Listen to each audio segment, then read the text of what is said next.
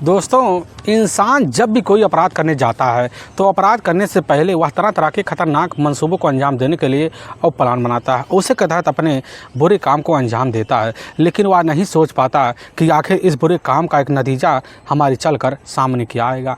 होता आज की घटना में सेम कुछ ऐसे ही होता है। एक अपराधी होता है, अपने बुरे काम को अंजाम देने के लिए एक महिला का तौर तरीके से इस तरह हथकंडा अपनाता है, जिसकी वजह से वह महिला जो होती है कुएं में 7 टुकड़ों में मिलती है। लेकिन जब लोगों के सामने सच्चाई निकल के आता कि आखिर इस महिला के पीछे का रहस्य क्या था, तो लोग जानकर हैरान और परेशान और साथ में दांतों तले अंगुली भी दबा लेते हैं। आखिर क्या था इस घटना में क्या हुआ, इस घटना की आप पूरी तह तक सच्चाई जानने के लिए इस वीडियो को आप लास्ट तक जरूर देखिएगा।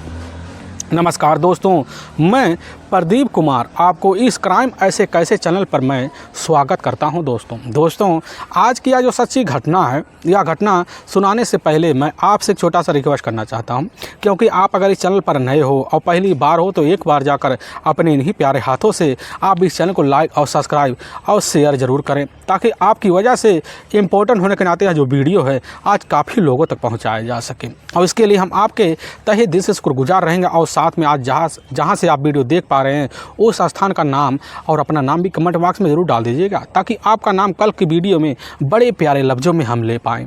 दोस्तों आज की यह जो सच्ची घटना है, यह घटना है ठीक मध्य प्रदेश, और मध्य प्रदेश का जाना माना जिला पड़ता है, मशहूर जिला है टीकमगढ़। और ठीक है उसी में ही एक जाना माना अब थाना लगता है। ठीक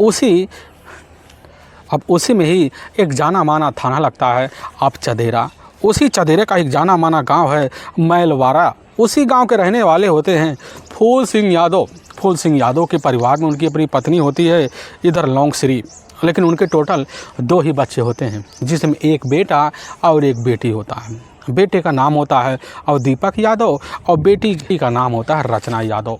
और रचना यादव जो तो है अपने ही पास एक स्कूल होता है, उसी स्कूल में कैसे न तैसे कर अब 10वीं तक पढ़ाई कर लेती है। और जब पढ़ाई कर लेती है तो उसी बीच उसके बाद उसका पढ़ाई में मन नहीं लगता है, जिसकी वजह से वह पढ़ाई से ऊब जाती है। उबने की वजह से अपनी माँ के साथ जो होता सहमति जताती है और अपनी माँ के साथ घर गृहस्थी में उलझ जाती है। लेकिन इसी बीच जो होता है जैसे ही अपनी 16वीं वर्ष पार करती है तो उसी बीच रचना को अपने शरीर की स्थिति को देखकर कुछ आभास होता है, जिसकी वजह से अपने ही साथ है इधर अपनी ज़िंदगी को जीने के लिए एक मकसद निकाल लेती है। उसी मकसद के तहत जो होता है उसके साथ काफ़ी युवक भी उसके दीवाना हो जाते हैं।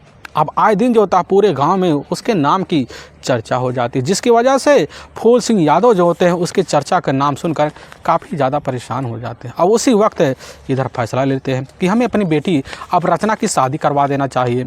और रिश्तेदार के तहत जो होता है अपनी बेटी अब रचना के लिए जो होता है अब लड़की की तलाशी करते हैं, काफ़ी मेहनत करते हैं। और तभी जो होता है ठीक है सलियाना एक गाँव पड़ता है, उसी गाँव का रहने वाला होता है जयकरण यादव। और उसके टोटल जो होता है इधर 2 और भाई होते हैं। वो अपने दोनों भाइयों के साथ जो होता तौर तरीके से अपने इलाके में रहा करता था। उसके पास जो होता है टोटल कई बीघा ज़मीन जोतवारी खेती होती है, लेकिन वह खुद जो होता है तहसील में अब काम किया करता है। उसके जो 2 भाई होते हैं और पन्ना शहर में जो होता है नौकरी किया करते थे। परिवार काफ़ी खूबसूरत होता है।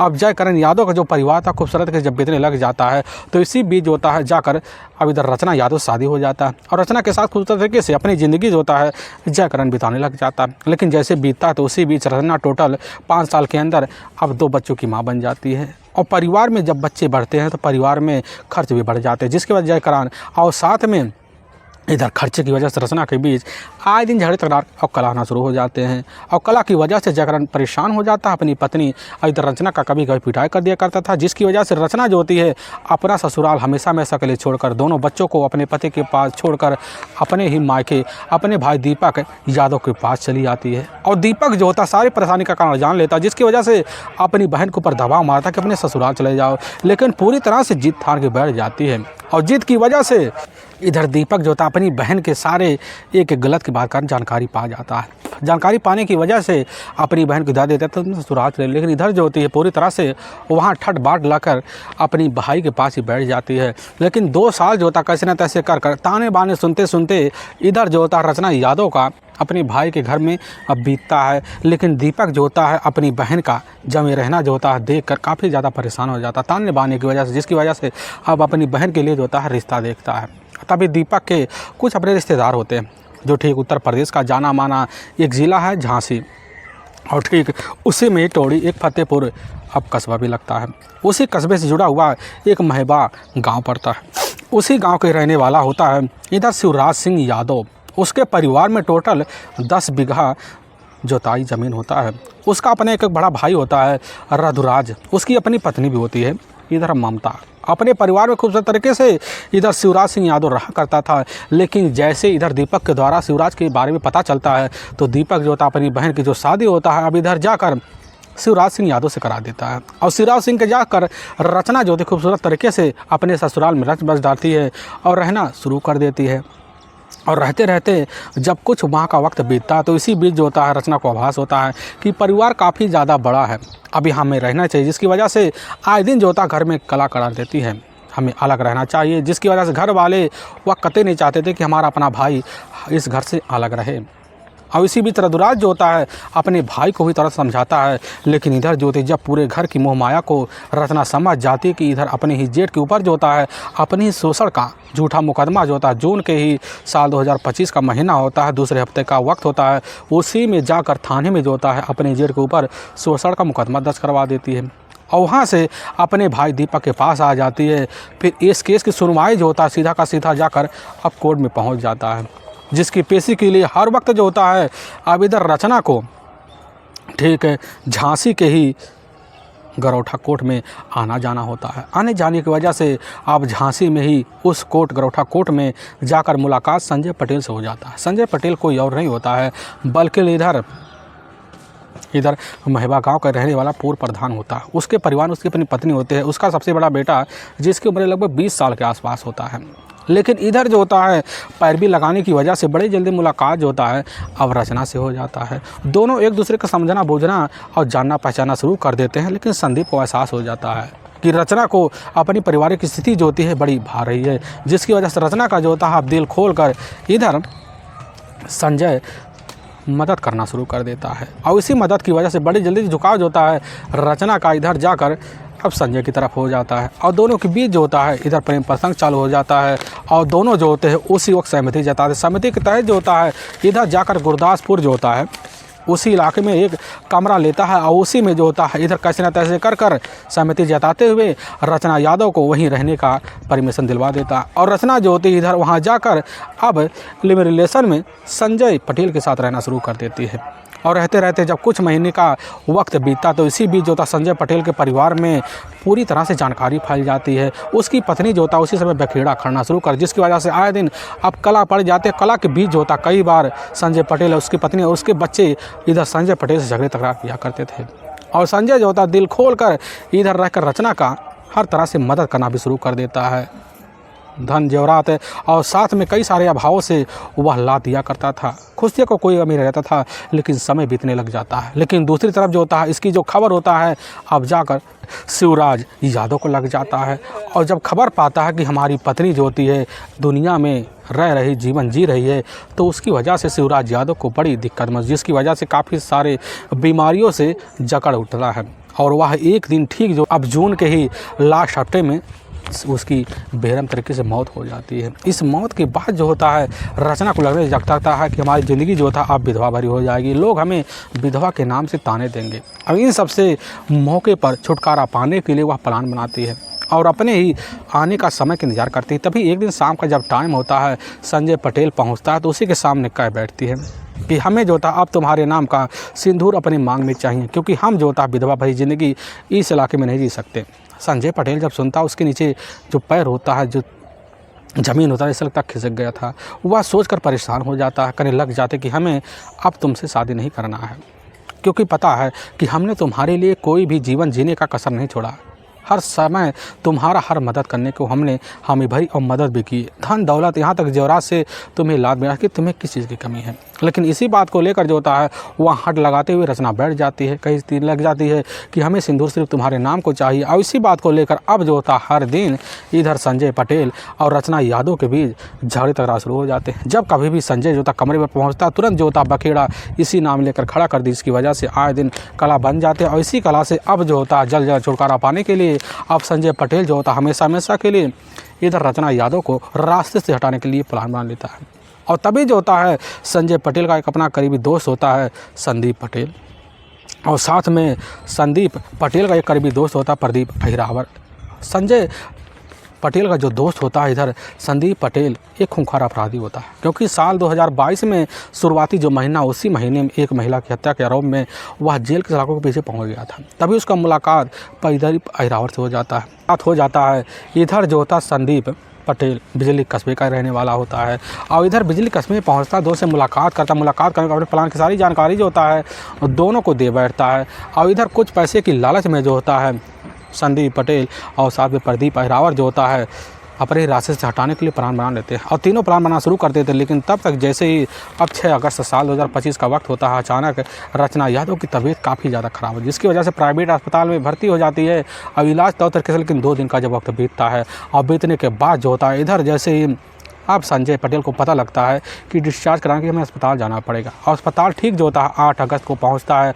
और डिस्चार्ज कराने की जानकारी रचना को पता चलता है, कहने लग जाती कि हमें अब तुम्हारे साथ तुम्हारे कमरे पर नहीं चलना बल्कि कोर्ट मैरिज जाकर तुम्हारे साथ कोर्ट मैरिज के तहत शादी करना है। यह बात सुनकर संजय उसी समय हड़बड़ा जाता है, कहने लग जाता कतई हम शादी नहीं कर सकते हैं। लेकिन वहाँ पर तौर तरीके से परेशान माना जब शुरू कर देती है तो इधर जो होता है फ़ोन कर देता है अब संदीप के पास, कहने लग जाता है तुम्हें हमारे पास अर्जेंट आना पड़ेगा। संदीप तो पहुंचता है लेकिन दोबारा जो होता है अपना फ़ोन निकालने के बाद प्रदीप अहिरावत के पास फ़ोन करने लग जाता है एक बोरी और एक कुल्हाड़ी का व्यवस्था करके रखो, क्योंकि अब समय आन पड़ा है।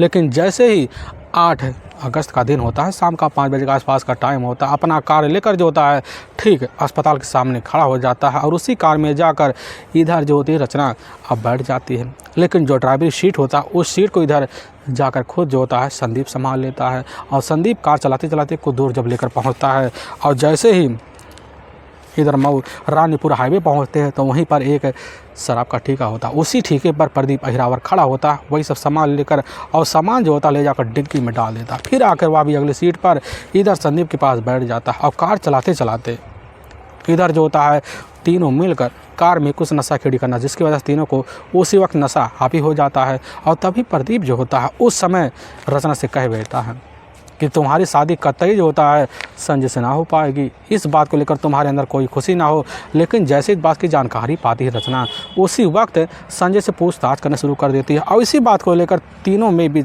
बहस शुरू हो जाते हैं। और इधर तीनों मिलकर एकाएक रचना यादव का गला दबाकर हत्या कर देते हैं, और बॉडी को ले जाकर ठीक जो होता है ठिकाने लगाने के लिए वहीं बाद होता है वहीं लोग खोजते हैं। लेकिन वहाँ पर गार्ड दिखने की वजह से तीनों कार लेकर निकल पड़ते हैं, और कार चलाते चलाते रात का जब 2 बजे का आसपास का टाइम हो जाता है तभी जो होता है किशोरपुरा गांव पहुँचते हैं। और वहाँ उस गांव के बाहर विनोद यादव का खेत होता है, और ठीक जो होता है वहीं पर एक कुआं होता है, वहीं पर कार रोक लेते हैं और बॉडी को बाहर निकालते हैं, और बॉडी का वहीं 7 टुकड़ा करते हैं। और 7 टुकड़ा करने के बाद जो अब बॉडी का वहीं 7 टुकड़ा करते हैं। 7 टुकड़ा करने के बाद जो होता है बॉडी के कई पार्ट जो होता है 3 बोरी में डंप करते हैं, और चौथी बोरी में जो होता है बॉडी का सिर और साथ में एक दाहिना हाथ डंप कर लेते हैं। 3 बोरी जो होता है इधर वहीं कुएं में डंप करने के लिए जैसे उतारते तो उसी वक्त जो होता है संदीप इशारा मारता है। काफ़ी सारे पत्थर होते हैं, पत्थर जो होते हैं उसी बोरी में डंप किए जाते हैं ताकि बोरी जो होता है जल्द जल्द इस पानी के अंदर समा जाए। और 3 बोरी डंप करने के बाद और कार लेकर जो होता है एक बोरी सहित वहाँ से निकल जाते हैं। और निकलने के बाद कार चलाते चलाते लगभग 7 किलोमीटर दूर जो होता है इधर रेवर गांव पहुंचते हैं। उसी गांव के पास जो होता है लाकड़ी नदी होता है, ठीक वहीं ले जाकर चौथी बोरी जो होता है पुल से नीचे उतरते ही डंप कर देते। फिर कार लेकर जो होता है इधर संजय पटेल और संदीप पटेल और प्रदीप अहिरावत तीनों वहाँ इलाके से निकल जाते हैं। फिर जो होता है इधर संजय दोनों को ले जाकर उनके घर पर तौर तरीके से छोड़ाता है। लेकिन वह सोच बैठता है कि अपनी जो ज़िंदगी होगी अब तौर तरीके से बीतेगी, क्योंकि वह जो होता है सबूत पूरी तरह से कुएं में दब घुस जाएगा। लेकिन जैसे ही अब 13 अगस्त का दिन होता है, दोपहर का टाइम होता है, उसी वक्त जो होता है इधर किशोरपुरा जो गाँव है उसी गाँव का रहने वाला होता है इधर विनोद। यादव उसी वक्त अपने ही पशुओं के चारा लेने के लिए मौके पर अपने गांव के बाहर अपने खेत में जाता है, लेकिन उसके नाक में बड़ी तेज़ गंध आती है। कुएं के पास पहुंचता है और कुएं के पास पहुंचने का एहसास हो जाता है तो काफ़ी गांव के लोग भी पहुंच जाते हैं और सभी को सूचना चलता है। इसकी सूचना थाने में लग जाती है। थाना प्रभारी बॉडी पार्ट को इकट्ठा करते हैं, जांच पड़ताल करते हैं, काफ़ी मेहनत करते हैं। उनकी मेहनत जो होता ठीक 8 दिन बाद यानी कि ठीक 18 अगस्त साल 2025 को ही पता चलता है और जाकर यह विनोद इधर दीपक यादव को पता चलता है। और दीपक यादव जो था अपने कुछ हितकारियों को साथ लेता है और लेने के बाद ठीक जो होता है इधर जाकर टोड़ी फतेहपुर थाना पहुंचता है। पहुंचने के बाद वहां के थाना इंस्पेक्टर होते हैं, उनके सामने सारी अपनी बहन की इधर गुमशुदा की जानकारी दे देता है। पुलिस की जो टीम होती है उसी वक्त उसकी सारी बात सुन लेती है और पुलिस के सामने जो होता है इधर पूरी आप बीती रचना यादव और साथ में संजय पटेल को बताया, जिसके बाद पुलिस की टीम संजय पटेल की तलाशी करती है और तलाशी करते करते ठीक जो होता है दूसरे दिन जो होता है पुलिस की टीम कैसे न तैसे कर कश्मीर लेती है। पुलिस के सामने जंगल में फंसने की वजह से पूरी सच्चाई एक पल में रच बैठता है, लेकिन पुलिस के सामने जो सच्चाई बताता है इसी के साथ पुलिस की जो टीम होती है इधर जो होता है प्रदीप अहिरावर और साथ में इधर संदीप पटेल को भी कस्टडी लेती है और तीनों को कस्टडी लेने के बाद ले जाती है। इधर जो होता है तो तरीके से पुलिस की टीम सिर और साथ में हाथ वाला जो बोरी होता है पुलिस की टीम उसको भी गोताखोर की मदद से नदी से बरामद करती है और इधर बॉडी पार्ट को ले जाती है तो तरीके से पंचनामा करती है और उठाकर अपने नज़दीक जो सरकारी अस्पताल होता है उसी में पोस्टमार्टम के लिए भिजवा देती है और तीनों को ले जाती है वहाँ के कोर्ट में पेश कर देती है और कोर्ट में तीनों के ऊपर काफ़ी गंभीर मुकदमा दर्ज करके ले जाकर हमेशा के लिए जेल सलाह को पीछे डाल देती है। दोस्तों, हमें इस घटना का सुनाने का जो उद्देश्य है किसी के दिल को ठेस पहुँचाना नहीं है, बल्कि आपको यह बताना है कि आप जहाँ भी रहें आप सावधान और सतर्क जरूर रहें। दोस्तों, फिर मिलेंगे एक नए वीडियो के साथ, तब तक के लिए जय हिंद और जय भारत